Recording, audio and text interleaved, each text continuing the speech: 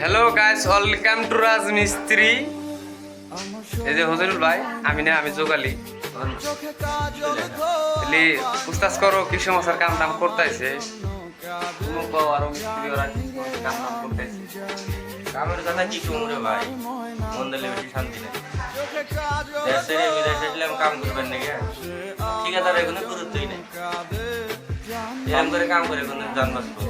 ভালো চালা চালনি বানাইছে, ভালো চালা চালি বানাইছে, চালনি বুঝে চালি না গো 3 ফুট চাল নিয়ে নিচ্ছে 2.5 ফুট। যাই হোক যেভাবে করে বানাই লেবারে দিলাম চালবার জন্য, এবার চালা মাঝে আরেক জায়গায় পাওয়া শিখর খাওয়ার গেছে শিখেছে।